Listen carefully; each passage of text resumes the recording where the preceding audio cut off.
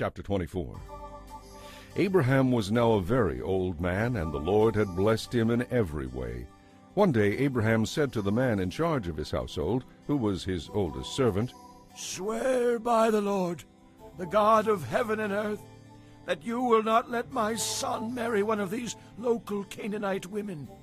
Go instead to my homeland, to my relatives, and find a wife there for my son Isaac." The servant asked, "But suppose I can't find a young woman who will travel so far from home? May I then take Isaac there to live among your relatives?" "No," Abraham warned. "Be careful never to take my son there. For the Lord, the God of heaven, who took me from my father's house and my native land, solemnly promised to give this land to my offspring. He will send his angel ahead of you, and he will see to it that you find a young woman there to be my son's wife. If she's unwilling to come back with you, then you are free from this oath, but under no circumstances are you to take my son there." So the servant took a solemn oath that he would follow Abraham's instructions. He loaded 10 of Abraham's camels with gifts and set out, taking with him the best of everything his master owned. He traveled to Aram Naharaim and went to the village where Abraham's brother Nahor had settled. There the servant made the camels kneel down beside a well just outside the village. It was evening, and the women were coming out to draw water. "O Lord, God of my master," he prayed, "give me success and show kindness to my master Abraham. Help me to accomplish the purpose of my journey. See, here I am, standing beside this spring, and the young women of the village are coming out to draw water.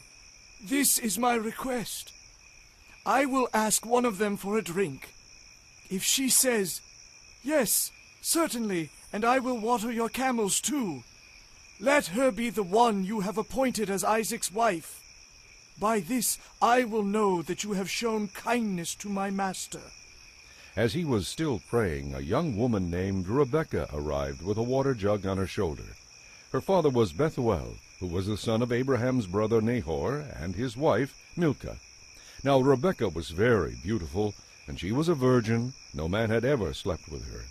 She went down to the spring, filled her jug, and came up again. Running over to her, the servant asked, "Please give me a drink." "Certainly, sir," she said, and she quickly lowered the jug for him to drink. When he had finished, she said, "I'll draw water for your camels, too, until they have had enough." So she quickly emptied the jug into the watering trough and ran down to the well again. She kept carrying water to the camels until they had finished drinking. The servant watched her in silence, wondering whether or not she was the one the Lord intended him to meet. Then at last, when the camels had finished drinking, he gave her a gold ring for her nose, and 2 large gold bracelets for her wrists. "Whose daughter are you?" he asked. "Would your father have any room to put us up for the night?" "My father is Bethuel," she replied. "My grandparents are Nahor and Milcah. Yes, we have plenty of straw and food for the camels, and we have a room for guests." The man fell down to the ground and worshipped the Lord. "Praise be to the Lord, the God of my master Abraham," he said. "The Lord has been so kind and faithful to Abraham, for he has led me straight to my master's relatives." The young woman ran home to tell her family about all that had happened. Now Rebekah had a brother named Laban. When he saw the nose ring and the bracelets on his sister's wrists, and when he heard her story, he rushed out to the spring where the man was still standing beside his camels. Laban said to him, "Come and stay with us, you who are blessed by the Lord. Why do you stand here outside the village when we have a room all ready for you and a place prepared for the camels?" So the man went home with Laban, and Laban unloaded the camels, gave him straw to bed them down, fed them, and provided water for the camel drivers to wash their feet. Then supper was served. But Abraham's servant said, "I don't want to eat until I have told you why I have come." "All right," Laban said. "Tell us your mission." "I am Abraham's servant, He explained. and the Lord has blessed my master richly. He has become a great man. The Lord has given him flocks of sheep and herds of cattle, a fortune in silver and gold, and many servants and camels and donkeys. When Sarah, my master's wife, was very old, she gave birth to my master's son. and my master has given him everything he owns. And my master made me swear that I would not let Isaac marry one of the local Canaanite women. Instead, I was to come to his relatives here in this far-off land, to his father's home. I was told to bring back a young woman from here to marry his son. But suppose I can't find a young woman willing to come back with me, I asked him. You will, he told me. For the Lord, in whose presence I have walked, will send his angel with you and will make your mission successful. Yes, you must get a wife for my son from among my relatives, from my father's family. But if you go to my relatives and they refuse to let her come, you will be free from your oath. So this afternoon, when I came to the spring, I prayed this prayer. O Lord, the God of my master Abraham, if you are planning to make my mission a success, please guide me in a special way. Here I am, standing beside this spring. I will say to some young woman who comes to draw water, please give me a drink of water. And she will reply, certainly, and I'll water your camels too. Lord, let her be the one you have selected to be the wife of my master's son. Before I had finished praying these words, I saw Rebecca coming along with her water jug on her shoulder. She went down to the spring and drew water and filled the jug. So I said to her, please give me a drink. She quickly lowered the jug from her shoulder so I could drink. And she said, certainly, sir, and I will water your camels too. And she did. When I asked her whose daughter she was, she told me, my father is Bethuel, the son of Nahor, and his wife Milcah. So I gave her the ring and the bracelets. Then I bowed my head and worshipped the Lord.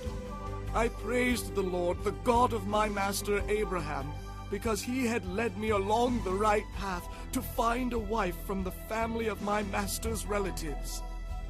So tell me, will you or won't you show true kindness to my master? When you tell me, then I'll know what my next step should be, whether to move this way or that. Then Laban and Bethuel replied, The Lord has obviously brought you here. So what can we say? Here is Rebekah. Take her and go. Yes, let her be the wife of your master's son, as the Lord has directed. At this reply, Abraham's servant bowed to the ground and worshipped the Lord. Then he brought out silver and gold jewelry and lovely clothing for Rebekah. He also gave valuable presents to her mother and brother. Then they had supper, and the servant and the men with him stayed there overnight. But early the next morning he said, Send me back to my master. But we want Rebekah to stay at least 10 days. Her brother and mother said, Then she can go. But he said, Don't hinder my return. The Lord has made my mission successful, and I want to report back to my master. Well, they said, we'll call Rebekah and ask her what she thinks. So they called Rebekah. Are you willing to go with this man? They asked her, and she replied, Yes, I will go. So they said goodbye to Rebekah and sent her away with Abraham's servant and his men. The woman who had been Rebekah's childhood nurse went along with her. They blessed her with this blessing as she parted. Our sister, may you become the mother of many millions. May your descendants overcome all their enemies. Then Rebekah and her servants mounted the camels and left with Abraham's servant. Meanwhile, Isaac, whose home was in the Negev, had returned from Bir-lahai-roi. One evening, as he was taking a walk out in the fields, meditating, he looked up and saw the camels coming. When Rebekah looked up and saw Isaac, she quickly dismounted. Who is that man walking through the fields to meet us? She asked the servant, and he replied, It is my master. So Rebekah covered her face with her veil. Then the servant told Isaac the whole story. And Isaac brought Rebekah into his mother's tent, and she became his wife. He loved her very much, and she was a special comfort to him after the death of his mother.